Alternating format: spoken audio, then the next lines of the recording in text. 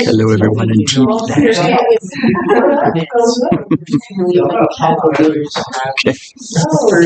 Good morning, everybody. It's good to see you all on this beautiful day.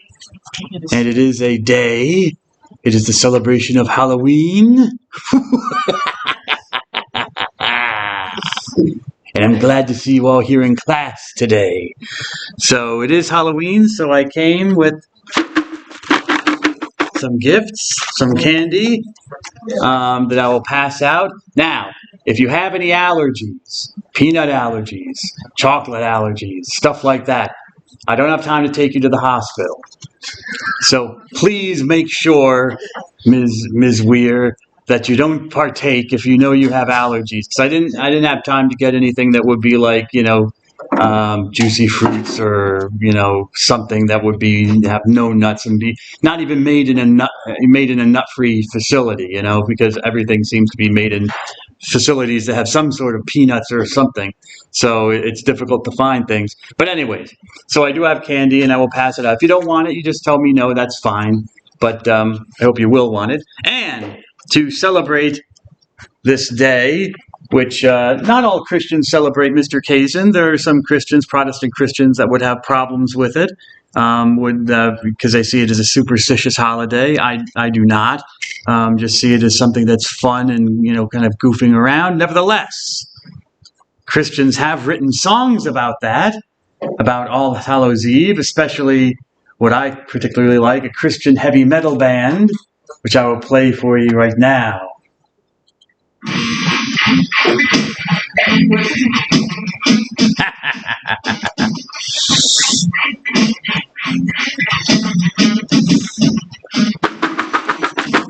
Halloween. Got Tootsie Roll, got Orbiters, got Foots in there somewhere.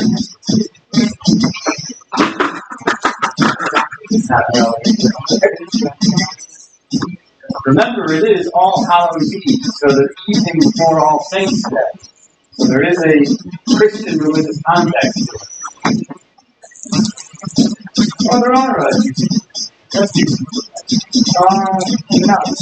Starter.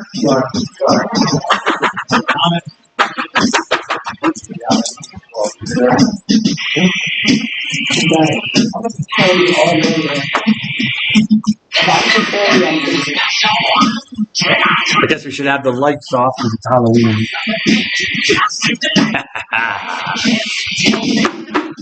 Think about this house.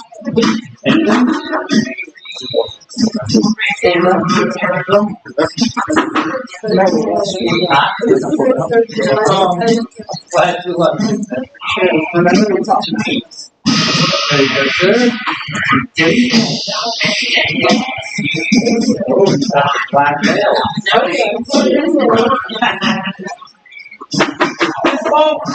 Once again,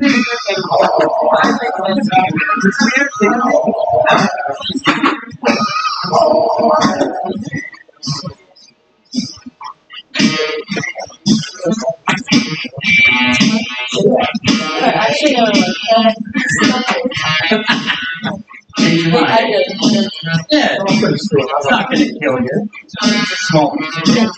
You're welcome. Plus, joke on it.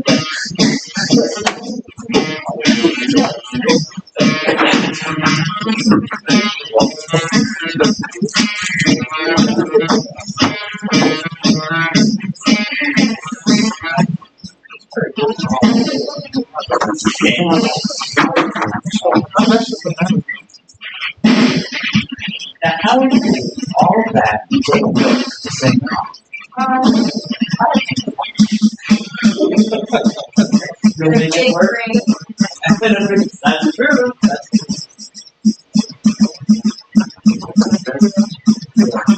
This is gonna prove candy. You're welcome.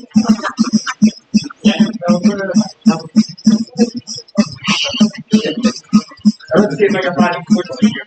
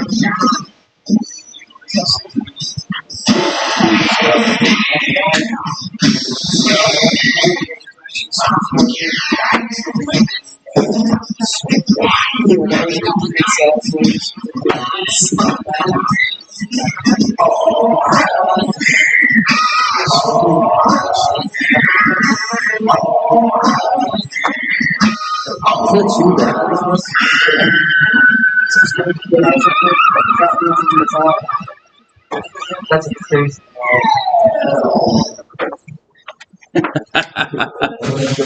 And it's actually an anti-Halloween song because they're born-again Christians and they're against it, but it's still a great song. There's one simple vision hack. One magical night running from the light.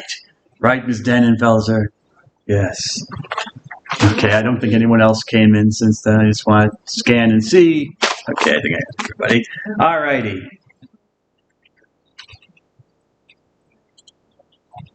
Finishing up on the human person.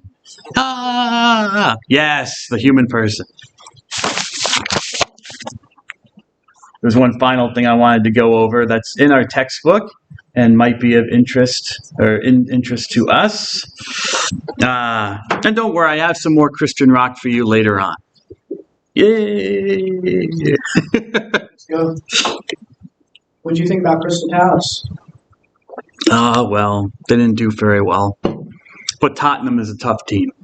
Yeah, but Leicester won again, so I'm happy with that. They'll be 4-0. Yeah, so I'm happy with that. They'll be in the Premier League next year.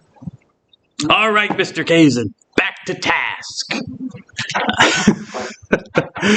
Human life versus human person. This is a topic that's covered in the textbook, which I just happened to bring with me. I got an old copy of it online. I know you have it online. But The Blessing of Life by Brian Cain, and he talks about this question in one of the chapters that you were supposed to have read, hopefully.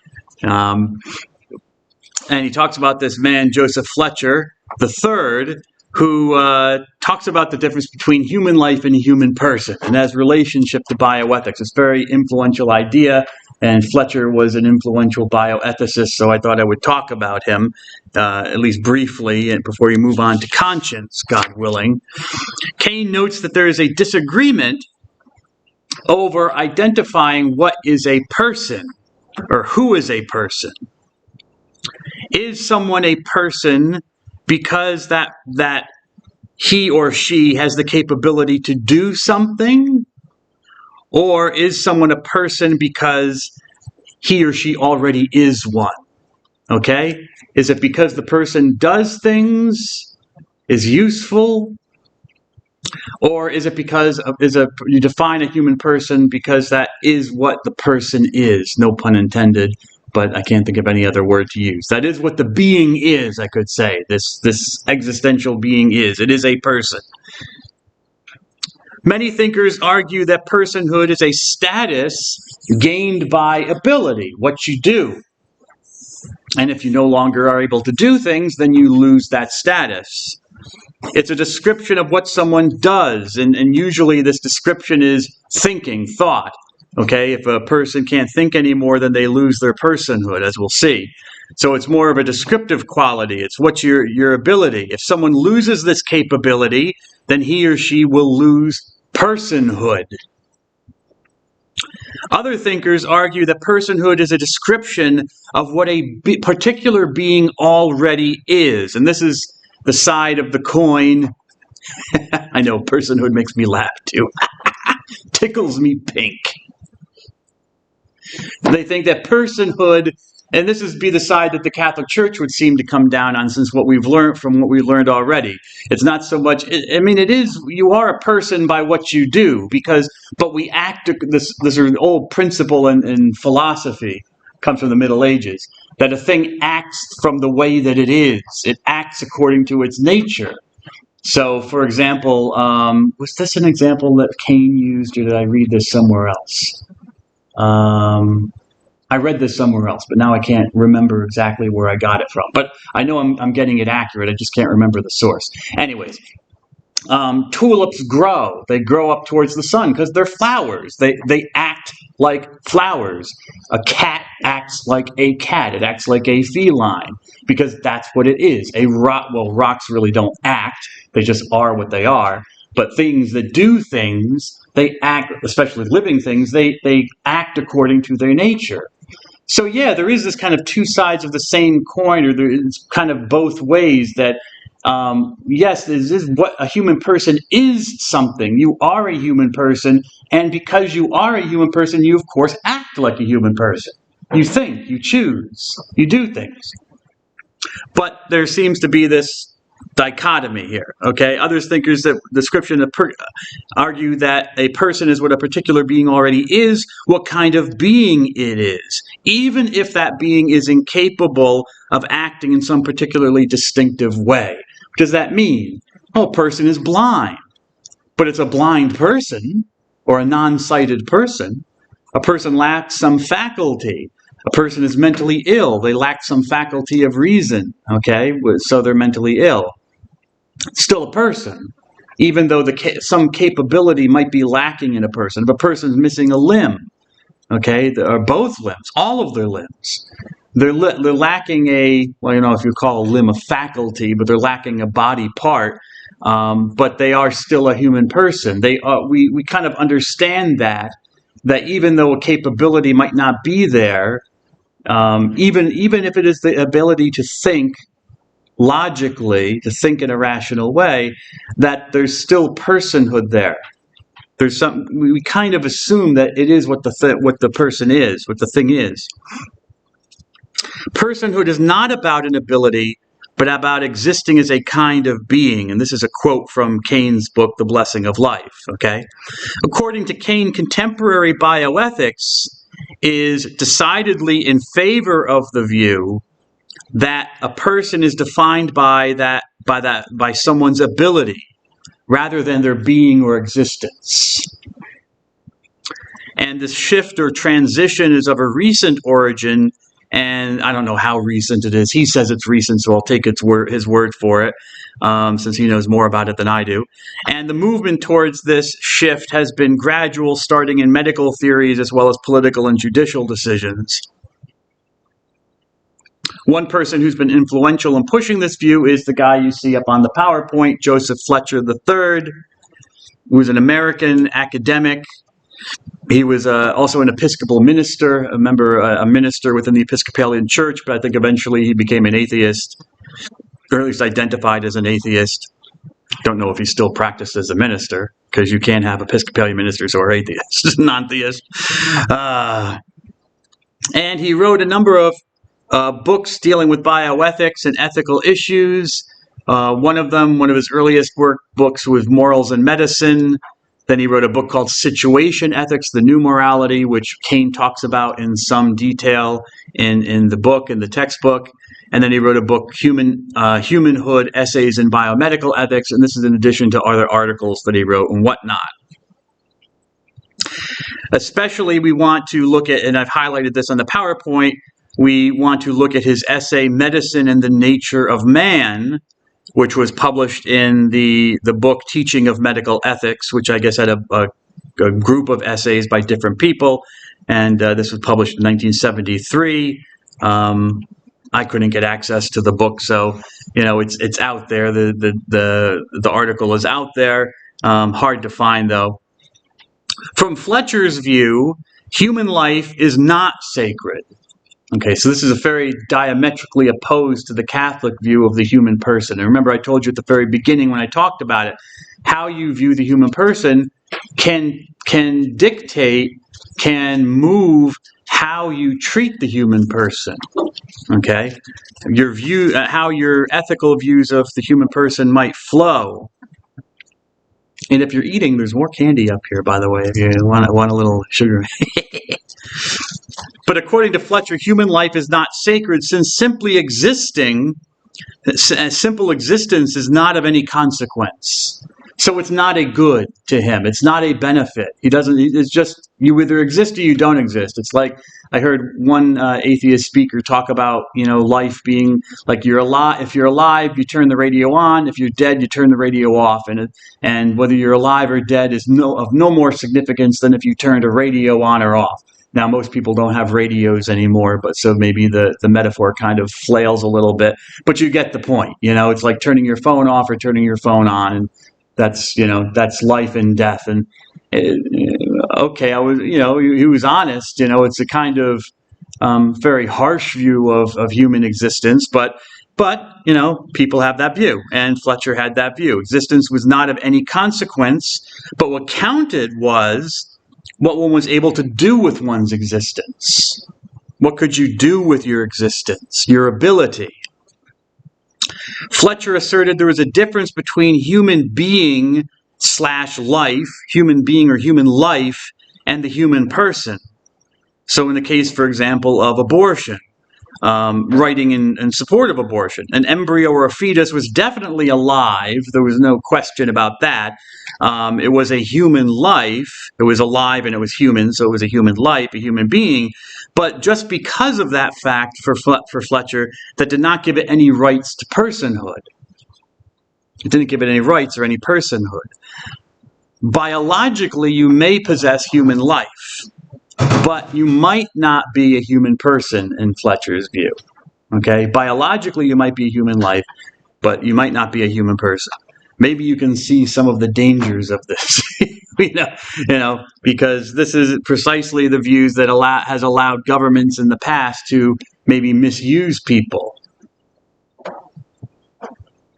other human beings, and do things to them as if they were just simply lives to be used and not human persons to be respected.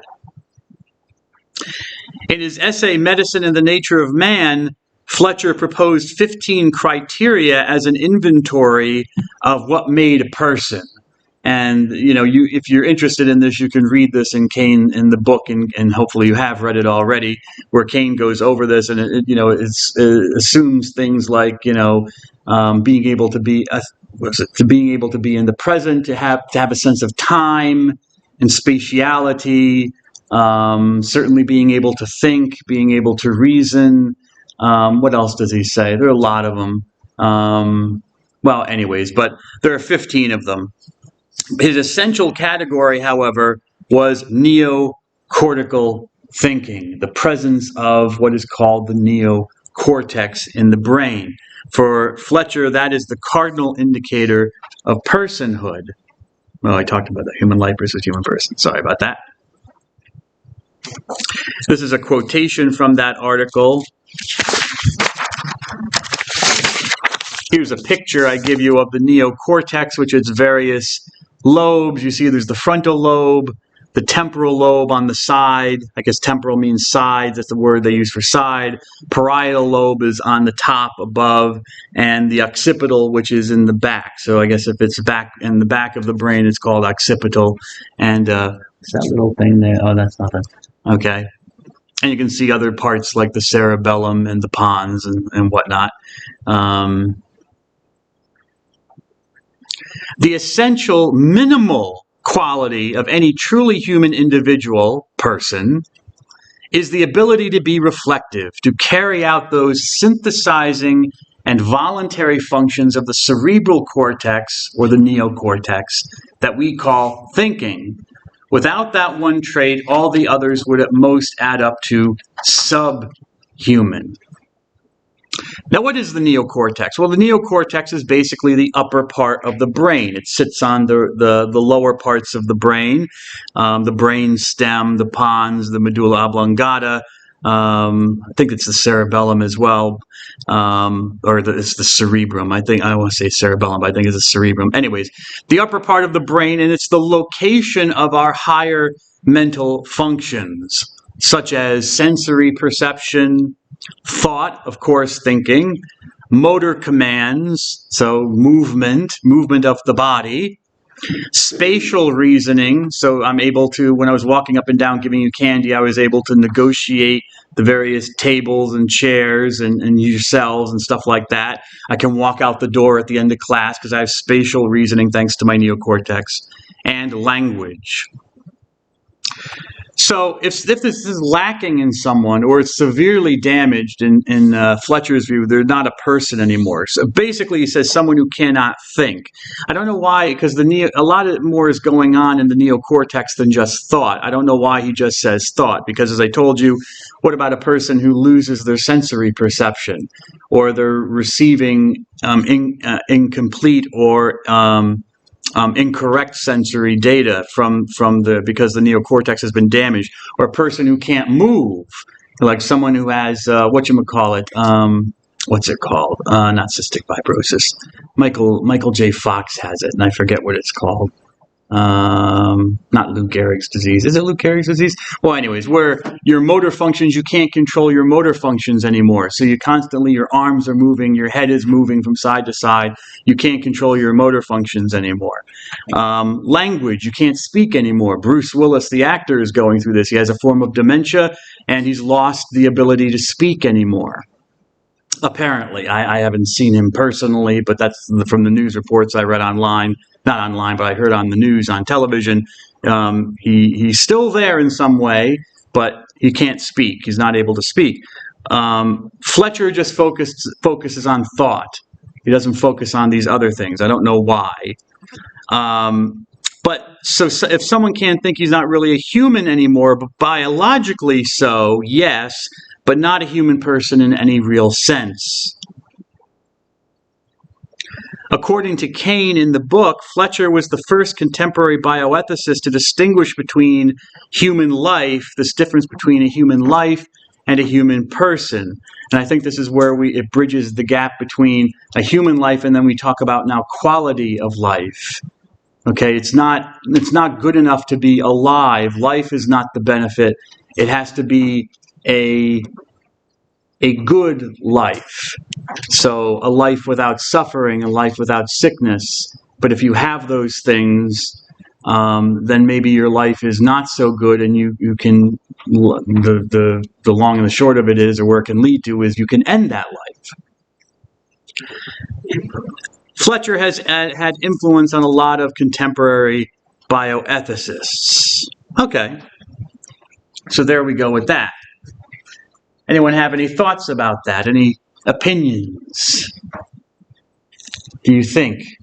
Is there a difference between a human life and a human person? Are they one and the same? Or can you distinguish them? Is there a point at where you can distinguish them? Are they distinguishable? Mr. Thatch. I'd say you could distinguish it. I feel like to be a person, there has to be a level of sentience. Okay. What do you mean by sentience? Just like the example with abortion, like you said, I kind of agree with that. But yeah, it's definitely alive, but it's not sentient enough to be considered a person. It's not conscious. Okay. Consciousness. Okay, so you would equate sentience with consciousness. Okay. What requires consciousness, do you think? Just like you said earlier with the brain and stuff. All right. You're able to do things that understand a little more than like an animal would, or like a dog would. Sure, yeah. Because obviously a baby doesn't have the understanding that you have now of an adult, So obviously our understanding develops. Okay, that's interesting. Yes, consciousness. I'm gonna say something. Sentience from sensio in Latin, I believe, means to feel. Is feeling pain enough? Is it thought? Is that what makes us truly human?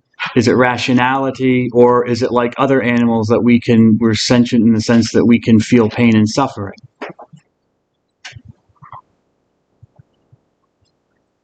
What do you think?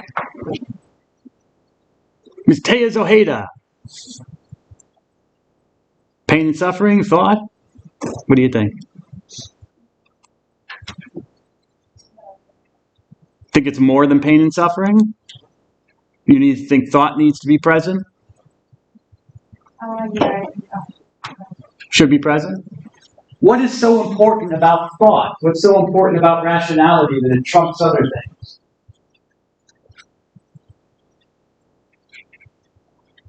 What is so special about thought? Why do we keep coming back to thought?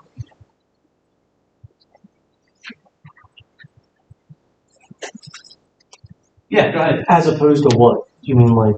Well, as opposed to something else. Like I said, the neocortex controls other things, motor functions, it controls language. If a person can't speak, if a person's mute, are they still a person? Because they can't communicate their thoughts? How do you know they're thinking if they can't express their thoughts?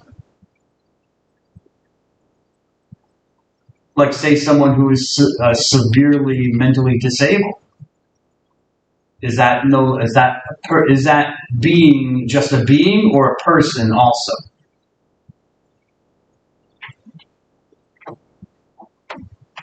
And don't worry, I won't report them to our disability problem. Shh. No matter what you feel safe to voice your. No? Not going to take my bait? Miss Springard! Well, Miss Springard, I think I've jumped on you before. Let me see. Let's see. Got people over there. Let's see. Ms. Bogues? I think if they're mute, they still can express an opinion. How so? In a different way. Okay. And then if they're mentally disabled, they still have people who care about them. So they're still a person to that person who cares about them. They're still a person. They're not just a thing. Because that person cares for them. So that other person is defining them as a person. Yeah. Okay. But then there's no such thing as a person because it depends on, you're defining it from outside. You have to have a person think you're a person, right? Well, you need to have a brain in order to be alive. Ah, okay. You need to have a brain to be alive. You also need a heart and lungs. So could it be more than just a brain, or is the brain the primary thing? It's everything working together to create a life. Okay, interesting. So it might not be just the brain. Yeah. Ah. And the brain is the repository of thought, so could we say it might just be more than just thought? Ms. McLeod, did you have your hand up? Yeah. Go ahead. I don't know. I'm just kind of like thinking. He was like, I was like friends with this like guy for a really long time, and then we were talking the one night, and then the next morning, like I found out that he was like hit by a car, and then he was like brain dead, but they were keeping him alive. So I was like, well, he's alive, but apparently like he was like totally brain dead, but he could still like feel. And they were just like keeping him alive basically. So then it's like, okay, but he's brain dead, but he's still a person. You know what I mean? So Why did you just think he was a person, or did you have a reason for thinking he was a person? No, because people's argument, they're like, oh, well, like if they can't think, like, it's like not a person. But then it's like, okay, but he just like lived an entire life, and just because he can't think now, he's not a person. You know what I mean? Yeah, what left him that made him not a person anymore? Exactly. Like it's still him. He's still right there. or was there, you know what I mean? But it's just like yesterday we were literally talking at night and all of a sudden he's not a person, you know what I mean? Yeah, no, I understand what you mean. Yeah, I mean, for a hypothetical, let's say a person who has a brain tumor, which is pushing on parts of the neocortex in the brain. And so the person, can't think, can't rationally think anymore, the person has seizures, the person can't talk anymore, it affects their language capability, it affects their motion, their movement. Well, by Fletcher's standard, has that being now, has that, how do you say without saying a person, has that person now just become a being once the tumor is there? Because you could maybe remove the tumor and then they're back to normal, yes?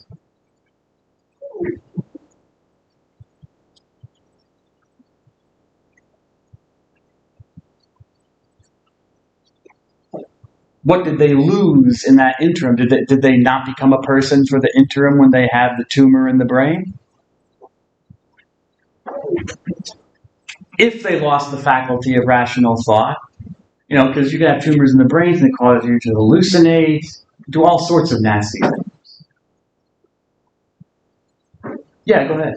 I don't think irrationality someone thinks you know. Like I think of what's just coming to my eyes, like patients with dementia, where they don't even know who they are anymore, but they're still able to feel things and like understand they have interest or like they're happy. And I think that's more of what human life is.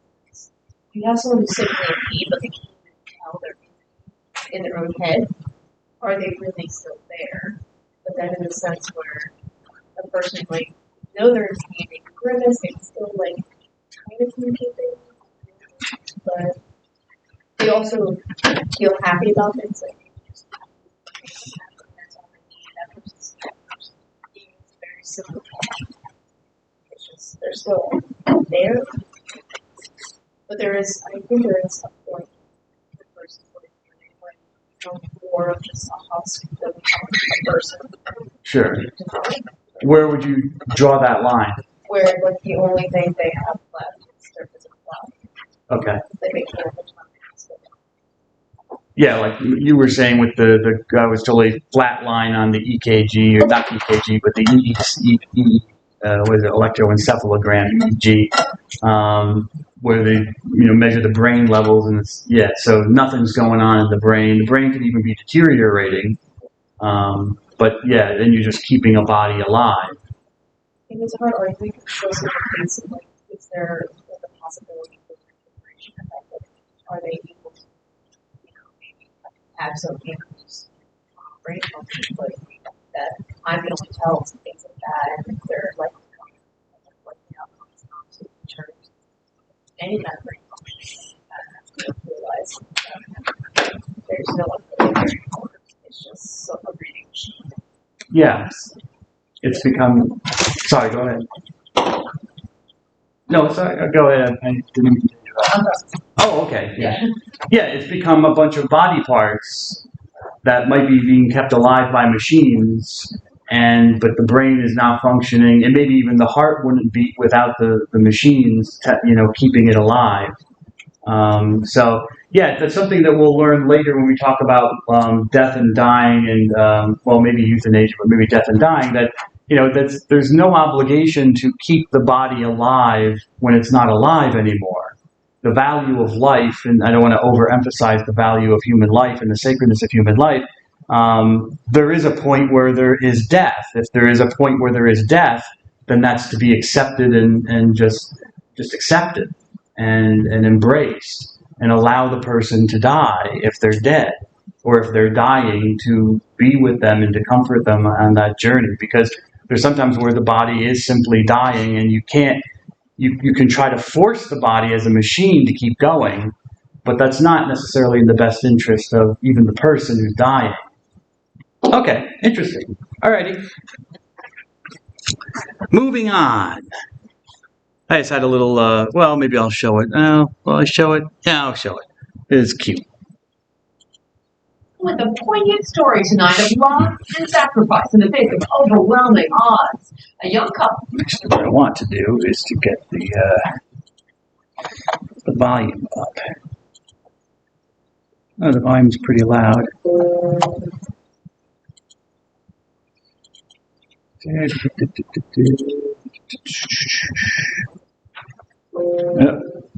Oh, whoopsie.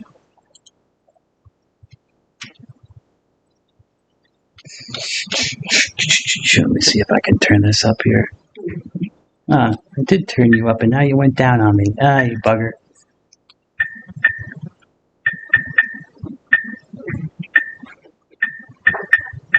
Okay, here we go.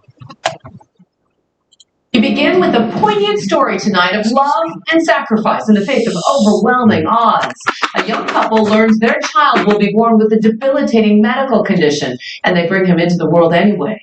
Now these parents have a medical marvel on their hands. Here's ABC's David Wright.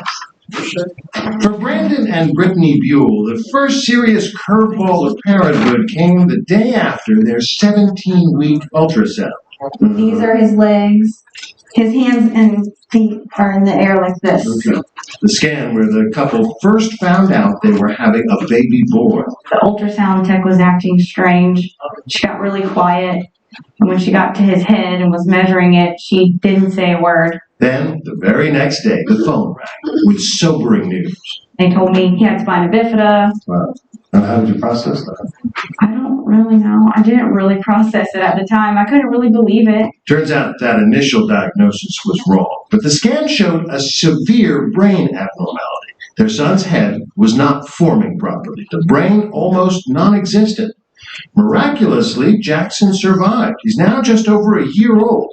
The doctors didn't expect him to. In fact, it was the sort of pregnancy where doctors, as gently as possible, mention the word termination. Abortion is much too charged. It wasn't until 23 weeks pregnant that it was brought up.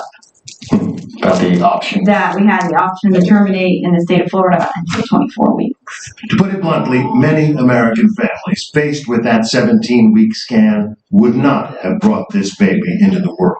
How many fingers do I see? Jackson's parents gave him a chance. Where do they come from? I can't say, but I bet they have come a long, long way. But in a way, this is the essence of that debate, isn't it? It can be if anybody wants to Sort of. turn Some it people into take it, it that way, but but we never. we don't try to take it that way. Hi, handsome. They did think about termination. I would feel terrible doing something like that. But if they were to tell me he was going to suffer, or he would be in pain, or my life was in jeopardy, then my thought process might have been different. We're Christian and we believe what we believe in, but we still are going to do the best thing for our family, for Brittany, and ultimately for Jackson. And this is Jackson today, severely disabled, but thriving. For us, this just seems normal. We don't have another child. It's the first one. Even just bathing him is a task that requires both parents. You know, play with your toys? With a yes or without a no? Where do you put his happiness? He's happy almost all the time. He's just like any other baby. He's teething and gassy, so he's cranky often. There you go. Good job. And he is the sweetest baby. I know we're biased, and that's fine, but Every parent. yeah, of course. But Jackson is not like most other babies. Here's what his brain should look like. Instead, this is Jackson's brain. Only a year later did neurologists at Boston's Children's Hospital come up with a proper diagnosis. Microhydrancephaly. Dr. Heather Olson saw Jackson in August. How much of the brain is there? So very little. Will he ever be able to talk? I would be shocked if he could. Will he ever be able to walk? Independently, very unlikely. There's no prognosis. Doctors are surprised he's made it this far. Do you have any sense as to how long he can survive with this? I don't know. I don't have a crystal ball. It really depends on the medical complications. Such a boy. He's only made it this far with the help of his parents. Jackson gets nutrition through a feeding tube. Burping him involves removing the excess fluid directly from his stomach. He sometimes suffers from mild seizures. Even when he's really calm, sometimes he'll go into a slight seizure. Is he suffering? I don't think so. He was irritable when I saw him, and there's nothing about this that causes pain per se. Pain and suffering are not necessarily the same things. In the end, the doctors themselves say that science alone can't answer that question. And what is his quality of life? Again, I met him once, so I don't have a full appreciation of that, but I would ask his parents. Can you press the buttons? How he's able to see the lights on his toy turtle is baffling because the cerebrum is so small as to be practically non-existent. You gotta press the button. Mommy can't do it for you. I'll remind you. See the big red button? You put your hand and then press it. Like that. And yet his parents, who spend so much time with him, are convinced their son is in there. Yeah. It's so cute when he gets so proud of himself. It is. And he grins. It's a cute crowd. It is cute. He's cute. Responding to their love and attention. Every day we spend time with him. Every day we play with him. Every day we say, I love you. 100 million times.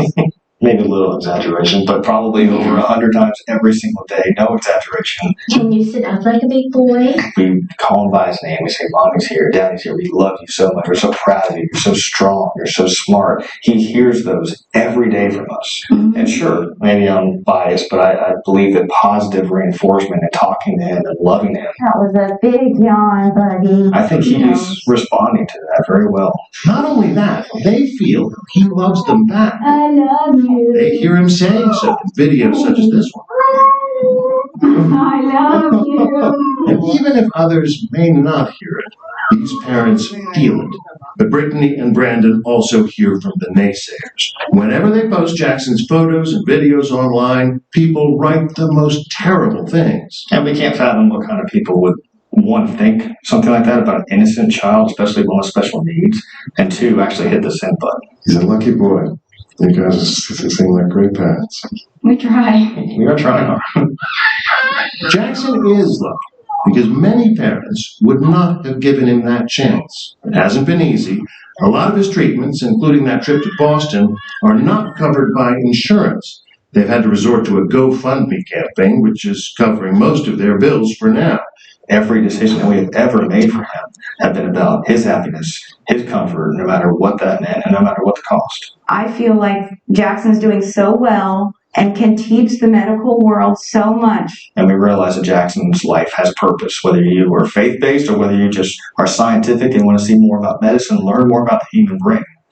And at the same time, we realize the reality of Jackson, that we're probably going to outlive him.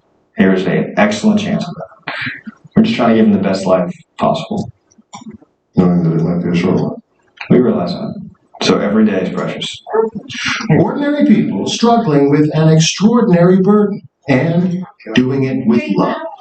I'm David Wright for Nightline in Tavares, Florida.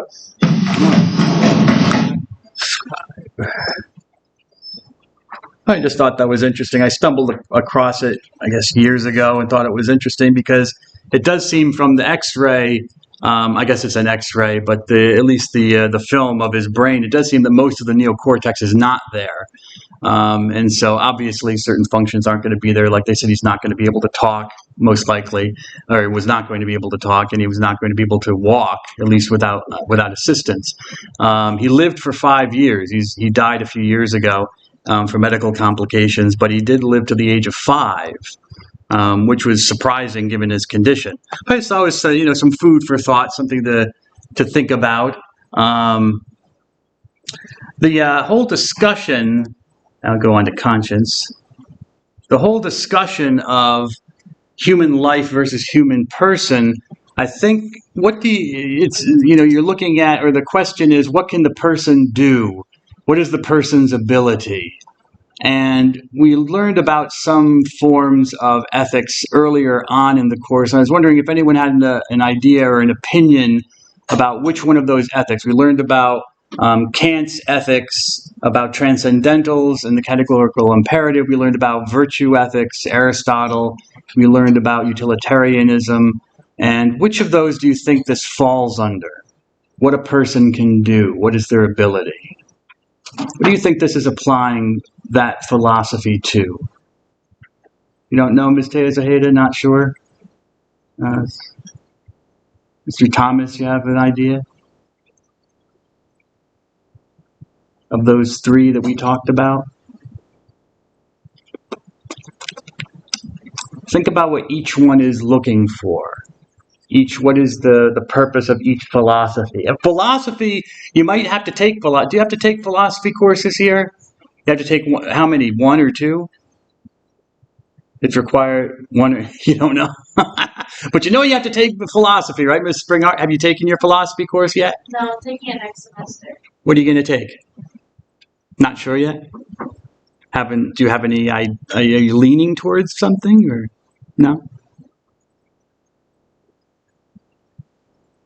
Philosophy is important. I know people think that philosophy is just a lot of talking and, asking questions and maybe you never get answers to, but philosophy is important. Intellectuals do affect the world. You don't see it necessarily in the concrete in the sense that they make things, they're not like engineers, but their ideas become concrete because they affect other people's ideas and get other people thinking in different ways about the world, and they can affect things. And here's something where I'm not going to spend on it all day. I'm thinking of utilitarianism, yes? Utilitarianism, what is useful? What use does a person have? If they have no use, they can't provide any use to the society anymore, then they're no longer a person. They're no longer a person.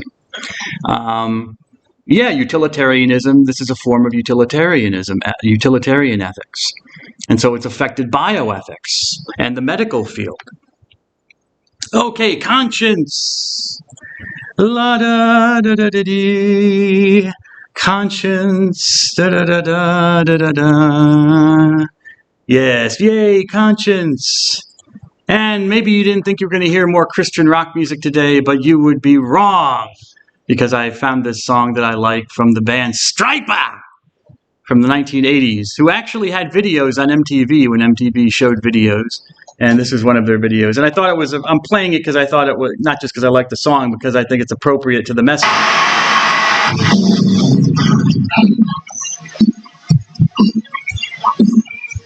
That's too loud.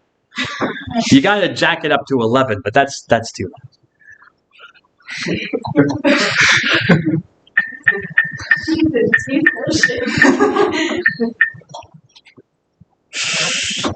Yes, Striper, the song Free from their album To Hell with the Devil.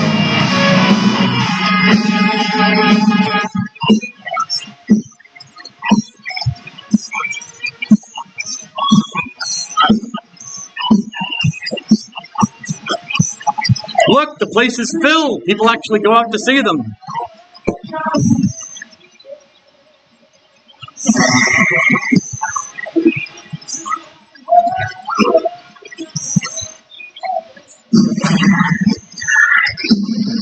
Come down, sir.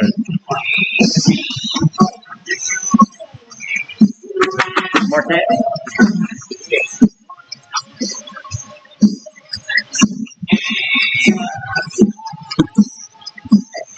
Free!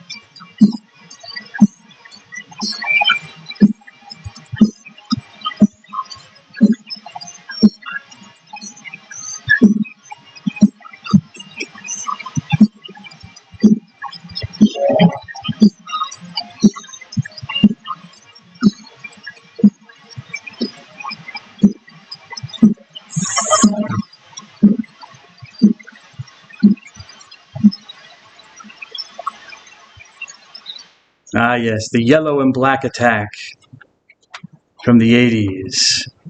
And yes, you may laugh at the 80s, but I laugh at Lady Gaga. You know? They're artists. They're crazy. They have big hair, makeup, tight clothes and stuff like that. I always loved the 80s because they just had style. They had a certain style and way about things. Anyways, so yeah, for Striper. So free to do what you want to. Choose your own destiny. Okay, the message of the song. Freedom, responsibility. Alrighty? And that's what conscience is about. That's what we're talking about with conscience. Conscience is our profoundest inborn disposition. Inborn disposition. In fact, St. Thomas Aquinas, who is a medievalist, he's from the Middle Ages, he lived in the 1200s. Let me remember, if I can remember his dates. It was 1225 to 1274. I remember some dates and other dates I can't remember to save my life, but I think it was 1225 to 1274. A great Christian thinker. He calls it our primus habitus, our first habit. Conscience is our first habit.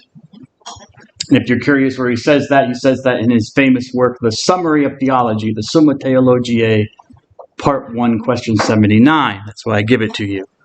And there's your definition. It's a judgment of the practical reason concerning the moral goodness or evil of an action. That's what our conscience is. Conscio in Latin, to be conscious, specifically of wrong, to know well. So you could say consciousness in a way, our consciousness of good and evil that we have, which is in us. Okay, it's practical because notice it's in us because it's part of reason. It's part of reason. And it's practical because it's action. It's action. It's reason directing us how to act towards the good. Telling us what to do, how to do things. Conscience is a person's best and final judgment based on reason about whether an intended action is right or wrong to do. Very, very simple, okay? No big mystery to it, really. We just give a word to it. Could call it your moral sense or your moral compass as well. Conscience applies principles to concrete as opposed to theoretical moral judgment. Okay, so it is again, it's practical. It's not theoretical. There are principles, and I've gone over principles. Some of the principles come from the Catholic religion. Other principles come from philosophy. Other principles come from just general medical ethics. But they're principles. The question is, okay, so what do I do with these principles? How do I apply them? Well, that's for you to decide. It's a decision-making process. And conscience is helping you to apply these principles to the concrete. It's a concrete moral judgment. Okay, in this particular case that's presenting itself to me, I'm going to do X.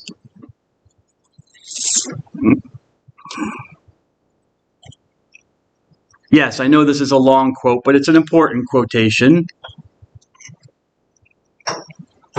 It comes from our old friend, because I think we've had a quotation from this already, the Pastoral Constitution of the Church in the Modern World, called Gaudium et Spes, number 16. And remember, this comes from Vatican II, a church council in the 60s. And the Pastoral Constitution the church wanted to kind of describe its renewed relationship with the world. This is, before that, the church had kind of had kind of confrontational, negative view of the confrontational stance towards the world, or a negative view towards the world. At least that's the perception. That was the perception amongst the bishops. And they wanted a more positive take, a more positive outlook on the world. So they wrote this longish document called the Pastoral Constitution on the Church in the Modern World to describe how they were changing their view of the world. How that's gone for the church, I don't know. There have been ups and downs, I guess. But anyways, nevertheless, it's chock full of information, and they talk about a whole array of issues. And one of the issues they talk about is conscience. And in number 16, there's this famous passage about conscience. In the depths of, I'll read it for you, unless someone else wants to read it for me. Anyone want to read it? Take the stage. Doesn't have to be all about me. Yes? No? Dela Cruz? You looking? No? Not interested? Ms. Reeser? How was your French toast? Good? Okay, I'll do it. In the depths of his conscience, human beings detect a law which they do not impose on themselves, but which holds them to obedience, always summoning them to love the good and avoid evil. Okay, so that's the essential aspect of conscience, to love good and avoid evil. It's really that simple. You could also, from say, a utilitarian perspective and a utilitarian ethic that I mentioned before, it's the same kind of idea. You want to increase pleasure and avoid pain. Okay, kind of the same idea. The voice of conscience, when necessary, speaks to a person's heart. Do this, shun that. For man has in his heart a law written by God. To obey it is the very dignity of man. According to it, he or she will be judged. Okay, so it's not literally written on the heart of a human person. The heart is just a metaphor for our reasoning capacity that we have. But there does seem to be, at least there's accepted, that there seems to be some kind of principled thing, I guess you could call it, way of describing it, that is within us, in our brain, in our reason, wherever you want to locate it, that tells us how to act and what to do. And it seems to be separate from our brain, because you can have brain injuries, like you can have a brain tumor or a brain disability that causes you to become very violent, some uncontrollable violence. But it's weird, I don't know of any brain injury that causes you to lie, or to steal or to commit adultery. Now, there are some scientists that might say that, yeah, it's all programmed in our brain, that if a guy cheats on his wife or a girl cheats on her boyfriend or something, it's programmed into their brain or into their genetics. There are some people who believe that, but I don't think most people would accept that. Yeah, there seems to be something there of a moral quality that gives us our morality that is certainly affected by our brain and maybe our genes, but seems apart from it and gives us principles for acting. So we feel shame when we don't do what we think we should do. So to obey it. Conscience is the most secret core in the sanctuary of man. It's a holy place within the person. There he is alone with God, whose voice echoes in his depths. In a wonderful manner, conscience reveals that law which is fulfilled by love of God and neighbor. So our old friend, the love of God and love of neighbor, comes back. So it's not really a form of revelation, even though you are in some way in conversation with God when you're consulting your conscience. It's some kind of, somehow we are wired for God and to listen to his voice, even if we don't believe in him. It's there in believers and non-believers. In fidelity to conscience, Christians are joined with the rest of men in the search for truth and for the genuine solution to the numerous problems which arise in the life of individuals from social relationships. So conscience is not just a Christian thing, it's a thing that's believed, that's joined with all of those who are searching for the truth of our actions. Conscience, however, frequently errs. Conscience is not absolute. We can make mistakes in conscience from invincible ignorance without losing its dignity. What does invincible ignorance mean? Invincible means unconquerable, that you're undefeatable. Ignorance means a lack of knowledge. So a person who has no possibility of knowing something is wrong can make a conscientious decision to do something that is maybe objectively wrong from, say, the teachings of the church or just from the natural law. Whoops. Oh, that's weird. From the natural law, which we haven't talked about yet, but anyways, these eternal moral laws. But they might have no guilt or culpability or responsibility, because how could they know? How could they know? If you live in a polygamous society where it's the norm to have many wives or many husbands, you might not know that really the norm is to have one man or one wife or one husband. You might not know that norm. Or if you live in a society where you kill your enemies, okay, whether in battle or just because they are not part of your tribe, and that's normal for you. You don't know any better. You don't have the Ten Commandments. You don't have you don't have any other outside influences that tells you that that might not be killing the innocent, even your enemies, is not the right thing to do. Then there might not be any responsibility for that in a moral sense. It's still not a good thing to do to kill your enemies, but it might not be a moral responsibility, because how would you know any better? Okay, God does not judge us by what we cannot know, what's impossible to know, what's not our fault. It's not our fault to not know it. So that's what they mean by invincible ignorance. Conscience still has its dignity even when a person is doing what they think is a right thing to do, but it might be actually, if you look at it, the wrong thing to do in the light of day. But the same cannot be said of a person who cares little for truth and goodness, or for a conscience which by degrees grows practically sightless through habitual sin. This is where people kind of know they shouldn't be doing something, but they keep doing it. And eventually, because they want to keep doing it, they rationalize it. They find reasons to keep doing it. I don't know why I got low on battery, but it did. Okie dokie.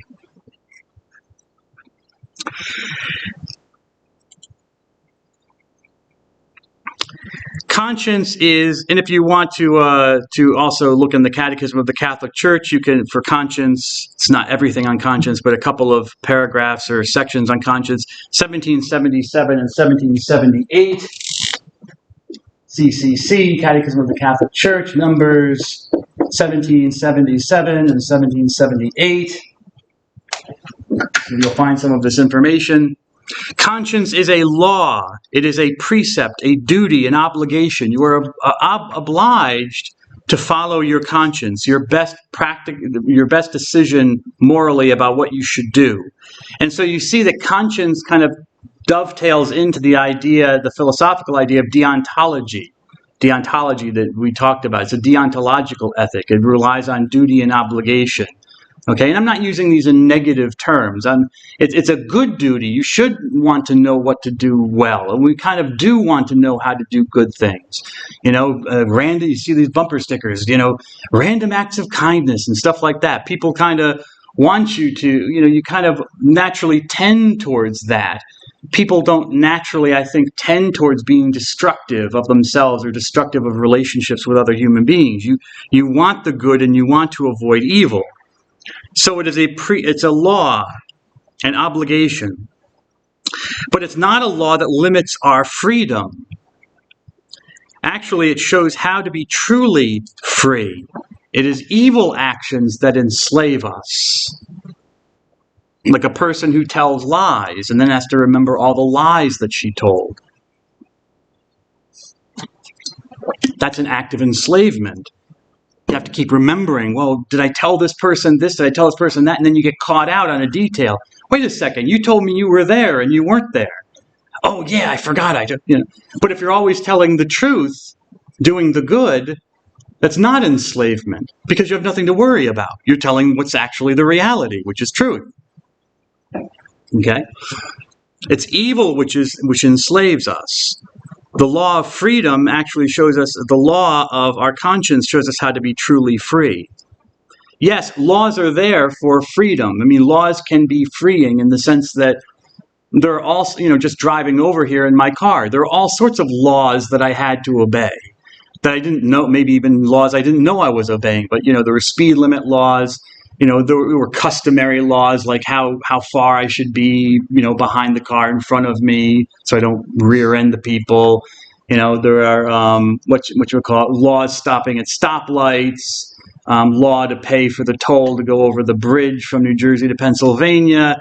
These are all laws. There are even laws about the car. The government makes laws about, thick books about what constitutes an automobile. Right? Believe it or not, there are laws like that, so that when you're sold an automobile, you know it's an automobile and not something else. It's not something else. There are certain rules that the manufacturers have to follow in making an automobile, and there are laws that tell them things they have to include for it to be an automobile. Like there have to be directional signals, there have to be the little cameras in the back. Now that was a few years ago. They mandated that to get cameras. You have to have fuel efficiency, all sorts of rules and laws. But without those laws, I wouldn't have a car to drive in to get here. Freedom, the freedom for me to move from point A to point B, was a whole bridge of laws that some of them customary, some of them put in place by legislatures, some of them put in place by the federal government to give me that ability. So it's not chaos. Yes, laws can sometimes be oppressive, but law can also be freeing. It can it gives me the opportunity to make my free decisions. Conscience comes from God. That's the belief, that it comes from God. It does not arise simply from ourselves. It's something coming from us. It brings into contact the human reason, the intellect, with God's nature of love. This is why conscience wants to repel us from whatever is not love, because it's repelling us, pushing us away, wants us to direct us away from those things which are contrary to who and what God is. Because it is man's listening, the human person's listening, and a certain following of God's voice, then it must be respected, even if it is wrong. Even if you think the person is wrong.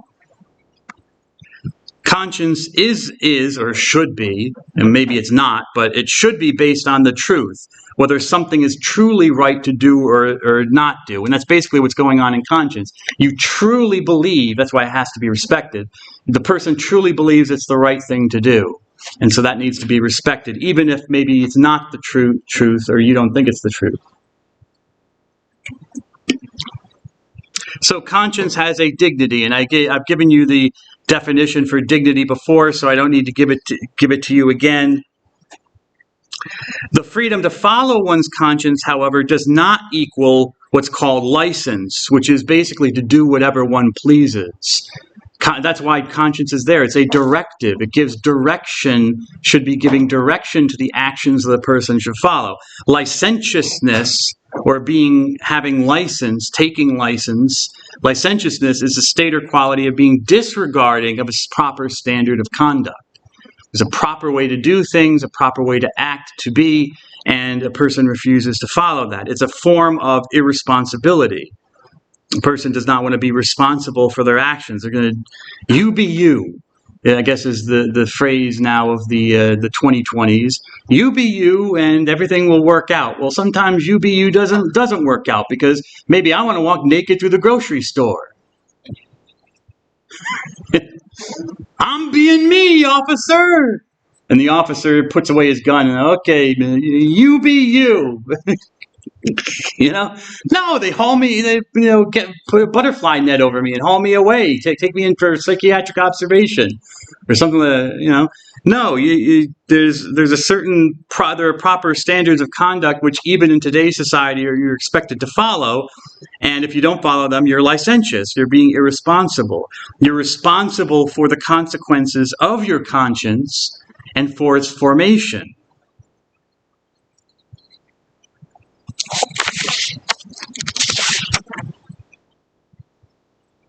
Yeah, I think I'll go one or 2 points more and then we'll go. Conscience has a telos, it has an objective. So here we kind of see teleological, like utilitarian ethics is teleological, has a telos. See how Christianity kind of takes what's good from each system. You have deontological, now we're talking teleological. Conscience has a telos, an end or a goal, which is, as stated before in Gaudium et Spes, the love of God and neighbor.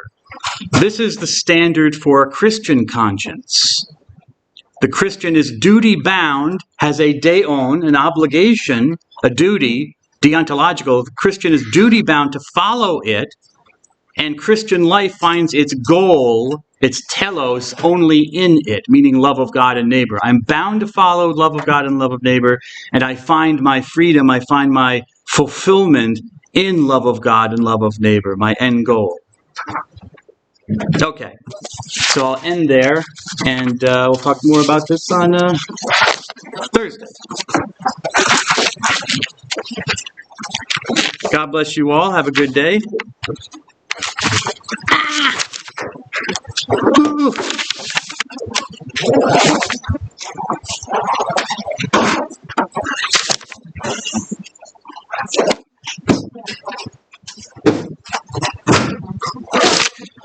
Well, that turned out to be...